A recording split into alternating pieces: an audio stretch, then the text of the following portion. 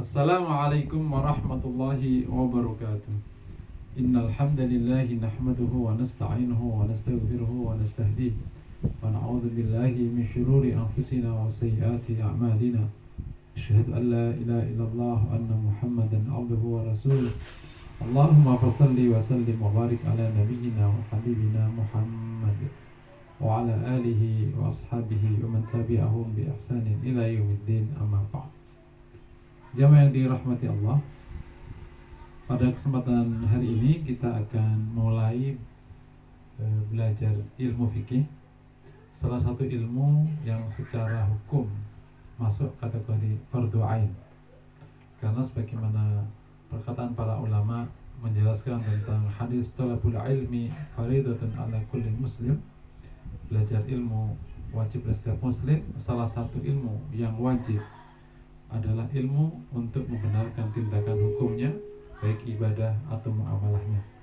Nah, ilmu tentang membenarkan tindakan hukum, baik ibadah atau muamalah, dalam Islam disebut dengan ilmu fikih. Secara bahasa, fikih dari kata faquha atau faqiha, maknanya paham, maknanya cerdas. Makanya memang dalam belajar ilmu fikih dibutuhkan kepahaman, dibutuhkan kecerdasan. Kenapa? Karena memang kita akan belajar tentang hukum yang diambil dari sumber hukum. Secara istilah, ilmu fikih adalah ilmu tentang hukum Islam yang diambil dari sumber hukum Islam atau menjadi dalil-dalil yang syar'i. Maka ada hukum Islam dan ada sumber hukum Islam atau adillah syar'iyah. Misalnya,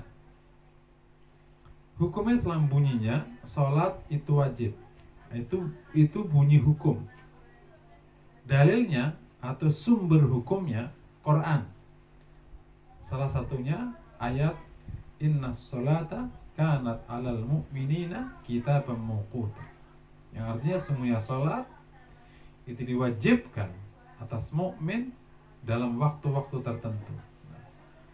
Pada waktu ulama atau termasuk dalamnya para sahabat memahami ayat ini, ia dapati di ayat tersebut menyebutkan kata alal mu'minina kitaban mawquta. Nah, kitaban atau kitab itu kalau makna biasa kan catatan, tapi ini mengandung makna kewajiban. Nah, proses untuk memahami itu namanya istihad.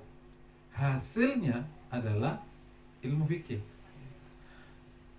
Orang boleh bertanya, lah dulu para sahabat gimana belajar agamanya? Jawabannya simpel. Dulu para sahabat memahami hukum Islam demikian saja dari Rasulullah SAW, diberikan kepahaman oleh Allah terhadap apa yang Allah wahyukan kepada Rasulullah, kemudian disampaikan Rasulullah kepada para sahabat, atau Rasulullah menyampaikan hadis kepada sahabat, demikianlah dipahami, kemudian dipraktekkan. Giliran generasi berikutnya sesuai dengan tabi'in, yang dipahami inilah yang kemudian akhirnya terdokumentasi. Sementara sumber hukumnya sudah ada, yakni Quran terlebih dahulu dokumentasikan, kemudian hadis di kemudian hari. Jemaah yang dirahmati Allah, sampai poin ini bisa dipahami ya, insyaallah ya. Jadi ilmu fikih adalah ilmu tentang hukum Islam yang diambil dari adillah syar'iyah, yakni dari sumber hukum Islam. Jadi di sini ada hukum Islam, ada sumber hukum Islam. Contoh lagi misalnya, ya ayyuhalladzina amanu kutiba alaikumus siyamu kama kutiba alal ladzina min qablikum la'allakum tattaqun. Hai orang-orang yang beriman, diwajibkan. Nah, kata kutiba alaikum maknanya dicatat atas kalian saum sebagaimana orang sebelum kalian, la'allakum tattaqun, agar kalian bertakwa. Dari kata kutiba kemudian bermakna menjadi diwajibkan, ini proses. Dulu para sahabat memahami hal ini demikian saja. Demikianlah disebut dengan pemahaman sahabat. Bunyi hukum fikihnya adalah puasa, hukumnya wajib. Dasarnya sumber hukum Quran, ayat ya ayyuhalladzina amanu kutiba alaikumus syiyamu kama kutiba alladzina min qablikum la'allakum tattaqun. Jadi posisi ilmu fikih itu bukan sejajar dengan Quran maupun Sunnah. Terkadang ada pertanyaan, kita nggak perlu fikih, kita Quran Sunnah aja. Betul bos, tidak salah. Tetapi ketika Anda memahami Quran dan Sunnah, maka disitulah lahir hukum. Kalau Anda memahaminya seorang diri, maka pemahaman Anda lah yang menjadi hukumnya. Kalau Qurannya sama. Ini ada kisah kecil saja. Datang pada saya beberapa waktu yang lalu seseorang yang sangat antusias terhadap Quran dan Sunnah. Kemudian sampailah ke pembicaraan, ya ayyuhal muzammil qumil laila illa qalila. Saya mengatakan itu artinya hai yang berselimut. Kata tamu saya, itu berselimut kebodohan Ustaz. Saya bertanya, dari mana engkau tahu itu maknanya adalah berselimut kebodohan? Iya. Nah, kan Rasulullah dulu sebelum dapat wahyu dan seterusnya. Iya, dari mana ada penjelasan itu? Nah, ini yang saya sebut sebagai pemahaman terhadap sumber hukum. Nah, kita dipandu oleh para sahabat, para tabi'in, para ulama yang datang setelahnya untuk memahami Quran dan Sunnah, sehingga dalam praktek hukum yang sumbernya Quran Sunnah itu insya Allah tepat seperti yang dijalankan Quran atau Sunnah Rasulullah Shallallahu Alaihi Wasallam. Nah, kita akan lanjut setelah sudah paham fikih itu apa. Maka tadi ada sumber hukum. Apa itu sumber hukum? Nah, disebut dengan adillah syar'iyyah. Sumber hukum atau adillah atau dalil syar'i, bukan ahkam syar'i. Jadi ada namanya adillah syar'iyyah, ada ahkam syar'iyyah. Adillah syar'iyyah atau sumber hukum, bahasa yang mungkin enak dipahami sekarang, adalah pertama adalah Quran. Jadi sumber hukum pertama kali adalah Quran. Nah, yang menarik, Quran ini tidak hanya bicara hukum. Karena Quran bicara tentang alam semesta, bicara tentang kisah, bicara tauhid, bicara tentang pengetahuan, bicara tentang pendidikan, bahkan bicara tentang ekonomi, perdagangan, bicara tentang politik dan kekuasaan, bicara semuanya. Makanya Quran itu oleh para ulama memang sumber hukum utama yang bicara global.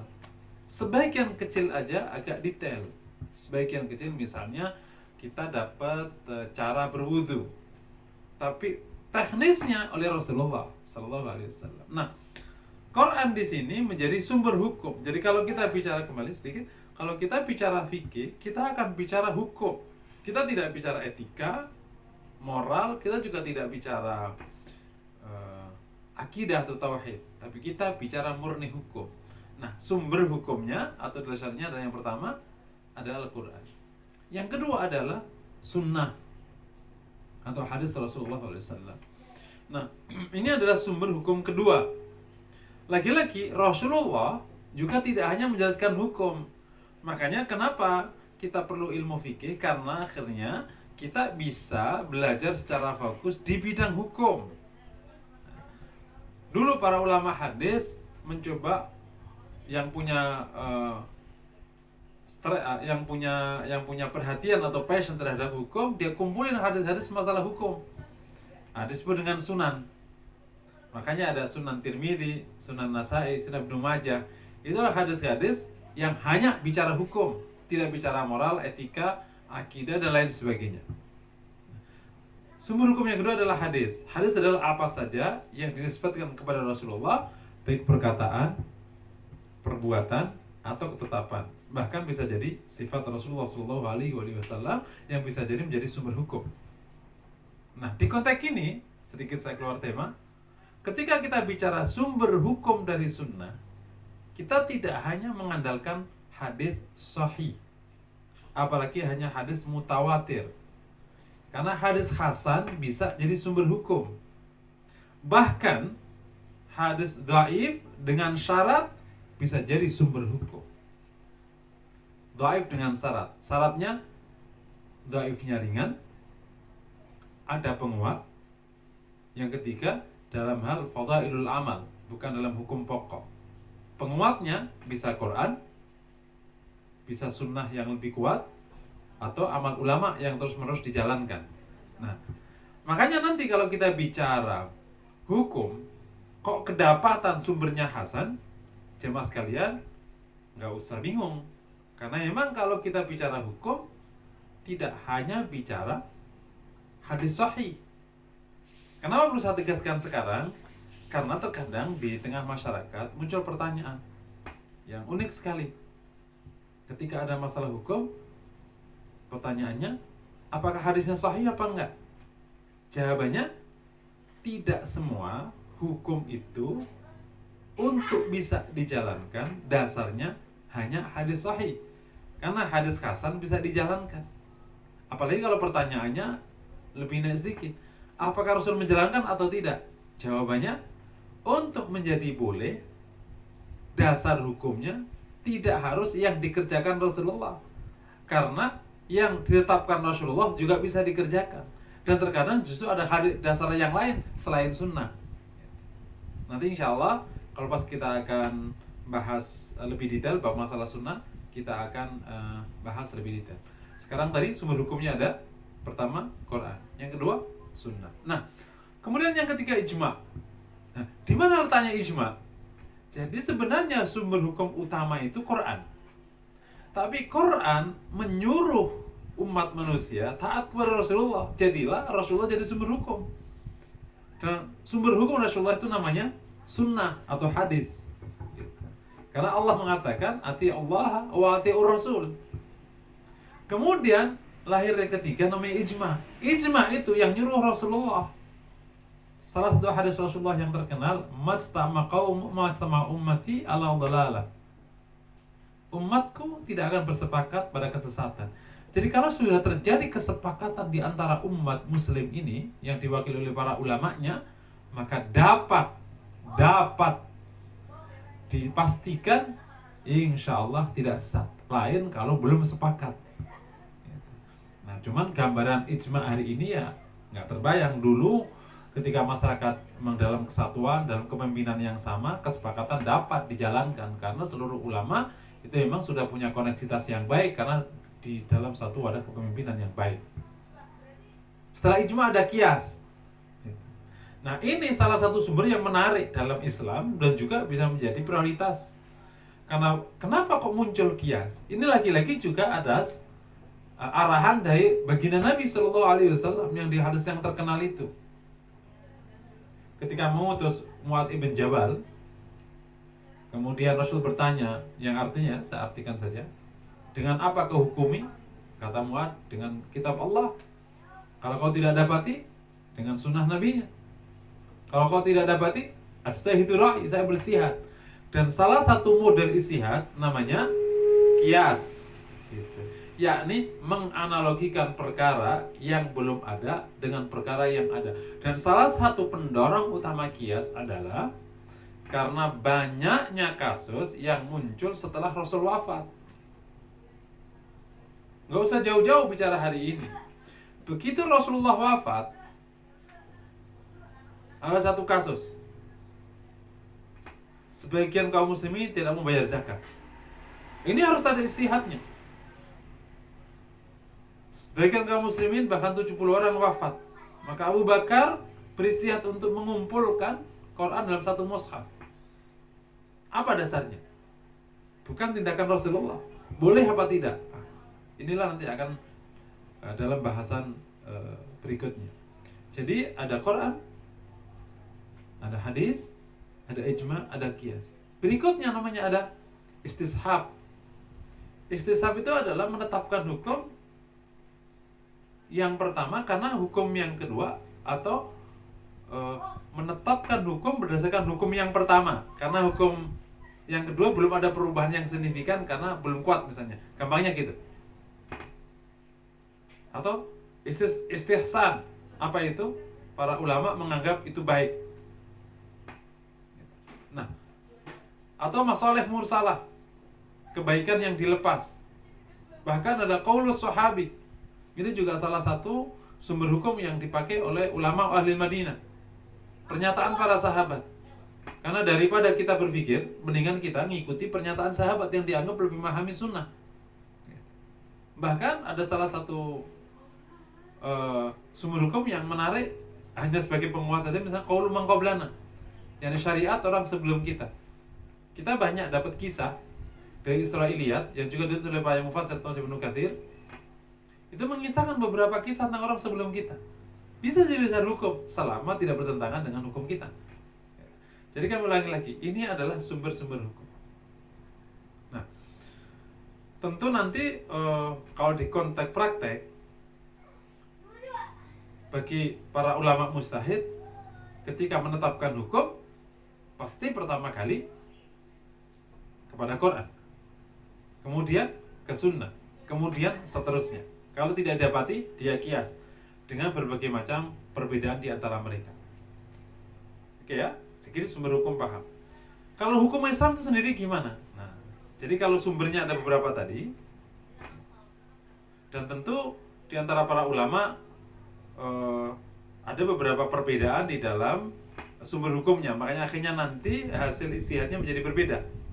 Sedikit saya sisipkan, kenapa harus ada ijtihad? Salah satu sebabnya karena ada masalah yang belum ada nasnya. Salah satu sebabnya adalah karena banyak di Quran maupun Sunnah yang memiliki makna lebih dari satu, butuh penjelasan. Salah satu sebabnya karena di dalam Sunnah terkadang ada perbedaan tingkat kesahihannya, sehingga perlu penjelasan. Nah, di antara mereka yang menekuni hukum ini akhirnya beristihad, mengambil mana yang paling tepat, mana yang paling baik. Dan ini insya Allah menjadi baik.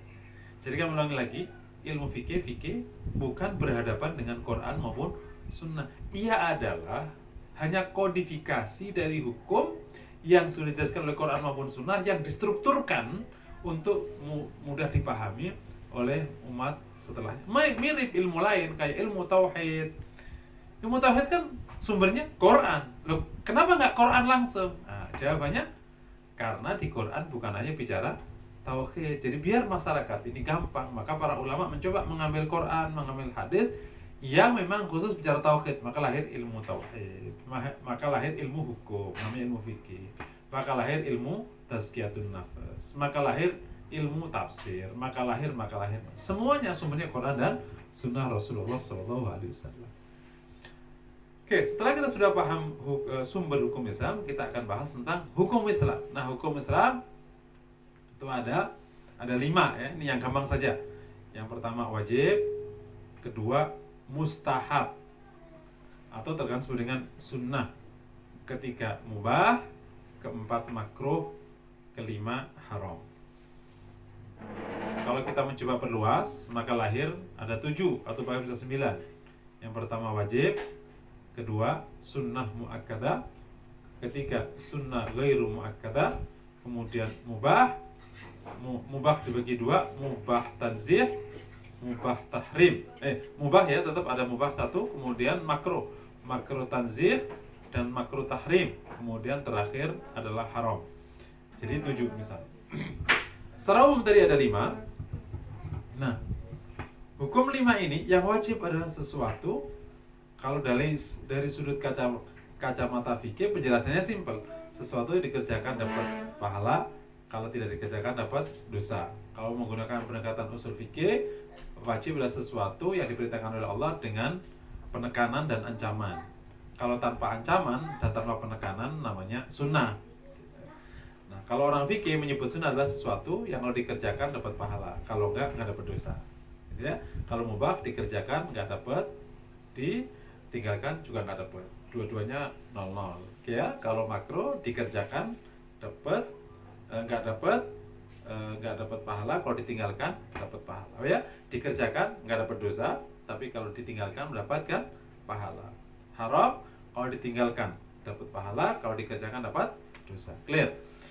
Ini ada 4 hukum. Nah, yang kita ingin tekankan dalam masalah 5 hukum Islam ini adalah agar kita bisa memilah-milah tindakan yang wajib dan tidak boleh, gitu. Yang harus kita kerjakan dan tidak boleh kita kerjakan. Ini penting supaya kita bisa ngukur kemampuan. Dan saya pikir masyarakat ini sudah agak familiar. Ini salah satu kelebihan hukum Islam. Karena kalau di hukum positif yang lain adanya cuma perintah sama larangan, nggak mengenal sunnah, nggak mengenal mubah, nggak mengenal makruh. Pokoknya semuanya itu perintah atau larangan. Ini enggak. Nah, salah satu kelebihan hukum Islam di sini adalah karena Islam ini wajib dijalankan oleh seluruh umat manusia dengan segala macam keterbatasan dan tingkatan kemampuannya. Maka bagi siapa saja yang ingin menyempurnakan Islamnya, kerjakan yang wajib, kerjakan yang sunnah, tinggalkan yang haram, tinggalkan yang makruh. Nah, nanti kalau dalam ilmu tazkiyatun nafas disebut dengan khawasul muqarrabin atau muqarrabin. Bahkan bisa naik lagi. Tadi muqarrabin ya. Kerjakan yang wajib, kerjakan yang sunnah, tinggalkan yang haram, tinggalkan yang makruh, plus jadikan yang mubah menjadi sunnah. Itu namanya khawasul muqarrabin, gitu ya. Tapi di sana ada sebagian orang yang bisa jadi sangat pas-pasan. Ya, dia hanya mengerjakan yang wajib, meninggalkan yang haram. Itulah kemampuannya. Tapi ya sudah, itu sudah bisa melewati hal-hal yang paling pokok. Nah, perbedaan hukum ini memberikan ruang bagi kita untuk bisa mengukur kemampuan mana yang wajib dikerjakan terlebih dahulu, diprioritaskan, dan mana yang wajib ditinggalkan terlebih dahulu. Nah, kalau kita tidak paham posisi hukum, ini akhirnya bisa kejebak. Terlalu fokus hal-hal yang semestinya masih sunnah, sementara yang wajib malah ditinggalkan. Atau malah fokus meninggalkan yang makruh, haramnya masih ditinggalkan. Ini contohnya. Banyak sekali masyarakat, terutama new taubater, ketika dia taubat, biasanya fokus utamanya apa? Belajar Al-Quran, betul ya? Ini bagus? Bagus. Belajar Al-Quran? Bagus. Tapi lupa, udah belajar bersuci belum? Gitu. Atau dinaikkan kelasnya lagi. Udah belajar tauhid belum? Iman kepada Allah, hal-hal membatalkan iman, tentang syirik, dan seterusnya. Ini namanya wajib. Gitu. Kalau bersuci tidak bisa, sholat tidak bisa, sementara duluan belajar Quran dan terjemahan Quran, itu namanya meninggalkan yang wajib, menjalankan yang sunnah. Sayang, gitu. Jadi bisa jadi akhirnya lancar baca Quran, tapi bersuci tidak bisa. Atau bisanya wudhu belum benar, sholat tidak benar. Dengan posisi hukum ini, kita akhirnya tahu, oh yang wajib mana, yang sunnah mana. Jadi kita akan fokus yang wajib-wajib dulu. Apalagi, misalnya, kalau kita memang sudah diberikan oleh Allah umur panjang ya, sekarang misalnya sudah mendekati maghrib, ini pastikan yang wajib dulu dikejar. Misalnya bersuci, misalnya sholat, misalnya lagi saum, apalagi yang wajibnya haram-haram apa. Nah itu kemudian bisa dapat prioritas dari kita. Ya, tadi ada hukum. Nah, di samping hukum